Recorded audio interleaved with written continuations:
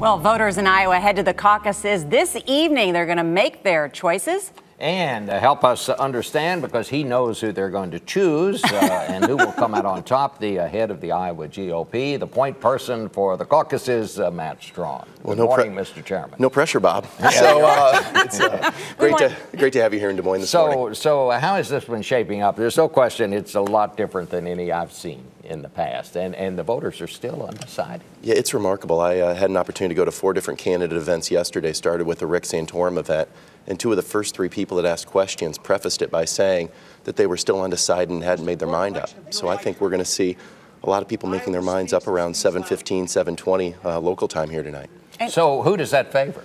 Well, I think it favors the more organized candidate. I know people outside of Iowa always hear us talk about how important organization is.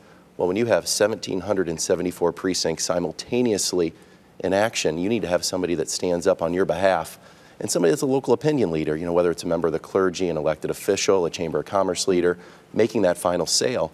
And even though the campaigns have kind of kept that organization stuff close to the vest, they have to show their cards tonight. We know that, of course, Rick Santorum has had the momentum, a lot of voter enthusiasm. We saw that in the Des Moines Register poll. Does he have the organization? Well, I think we'll find that out. You know, I kind of joke, it seems Senator Santorum has been in Iowa so much, I half expect to see him at my breakfast table when I come downstairs in the morning. And Iowans reward that kind of hard work, and there's no question he's really caught wind and behind his back over the last few weeks. So I think we'll find that out tonight, but no question Congressman Paul has a strong organization. Mitt Romney still has a strong organization.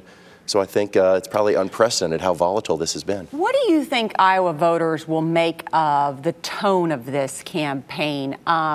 You know, we've heard a lot of voters here, they're complaining about what's been on television, the sort of sewage that's been pouring out of the television set, these negative ads. Yeah, and then this morning right here, Norah asked Newt Gingrich, did he think that Mitt Romney was a liar? And he just said flat out, yes.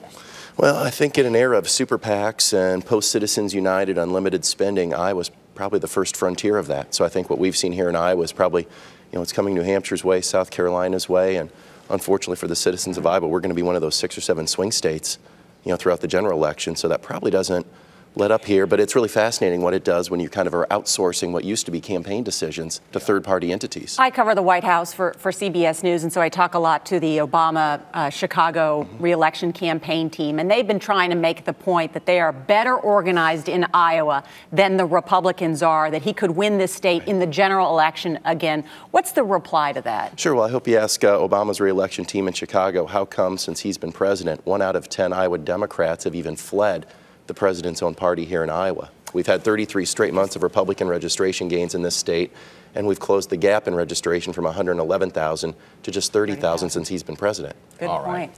Well, thank you very much, Matt, for being with us this morning.